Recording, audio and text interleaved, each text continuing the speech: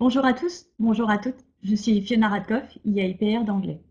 Je suis sur des établissements, l'un évalue par notes et l'autre évalue par compétences.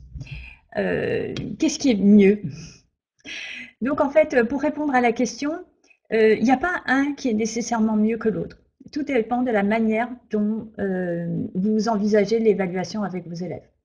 Vous pouvez évaluer par compétences et dire à un élève tu vas jamais y arriver, comment tu veux progresser avec ce que tu fais, et vous êtes pas du tout dans la norme, dans ce qu'on souhaite que vous soyez pour que l'élève puisse progresser. Et puis en même temps, vous pouvez travailler par notes et puis expliquer à l'élève, voilà, c'est ça, donner une grille aux élèves, ça, c'est ça, ce qui correspond à 10. Ce qui correspond à 15, ben, c'est ça. Ce qui correspond à 20, c'est ça. Et donc avoir une grille avec ce à quoi correspond chaque note.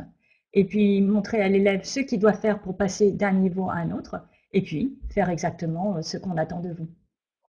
Donc en fait, c'est pas les notes ou les compétences.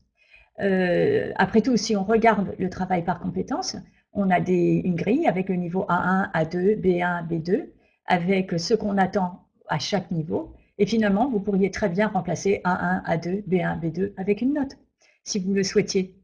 Donc, c'est pas les notes ou compétences qui comptent, c'est le fait que vous ameniez tous les élèves à progresser par rapport à leur niveau de départ, qu'ils comprennent pourquoi ils ont le niveau ou la note que vous leur donnez, ce qu'ils doivent faire pour progresser et comment ils peuvent le faire, et comment ils peuvent faire pour progresser.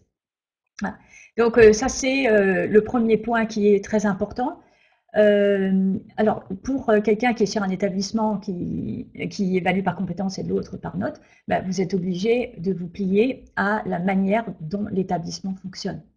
Donc, en fait, c'est assez simple. Vous pouvez très bien reprendre la grille qui est dans un établissement, et puis pour l'autre établissement, vous mettez des notes, et puis ça ne change rien, en fait. Euh, une autre idée que je voulais avancer par rapport à l'évaluation par compétence, c'est l'évaluation au fil de l'eau.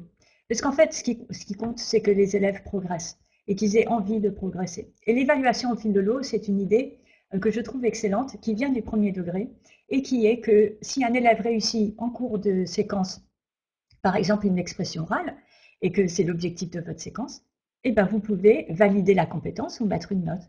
Et puis finalement, si au moment du contrôle final, il ne réussit pas parce qu'il est trop nerveux ou pour X ou Y raison, eh ben vous ne le comptez pas. Et en fait, mais par contre, s'il réussit et réussit encore mieux, ben vous le comptez. Et donc l'idée, c'est permettre à l'élève de réussir à plusieurs moments dans le cours de la séquence et pas seulement au moment de l'évaluation finale. Ce qui motive l'élève pour travailler tout au long de la séquence et puis qui enlève la pression pour l'évaluation finale. Voilà, donc évaluation par compétence ou évaluation par note, ce qui compte avant tout, c'est la posture que vous avez vis-à-vis de l'élève et que vous amenez chaque élève à progresser par rapport à son niveau de départ. Donc si dans une même classe, des élèves ont un élève à 10, un autre élève à 10, et que ça ne correspond pas exactement à la même chose, c'est pas grave. Parce que l'essentiel, c'est qu'un élève soit motivé pour progresser. Et quelqu'un à qui vous allez mettre tout le temps 5, il n'a pas envie de progresser. Donc si de manière ponctuelle, vous adaptez la grille pour un élève en difficulté, c'est très bien.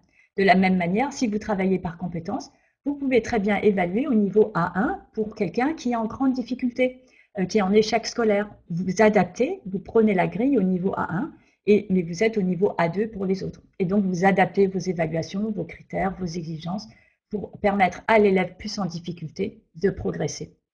Voilà, j'espère que ça répond à la question. Et je vous souhaite à tous et à toutes une excellente continuation. Au revoir.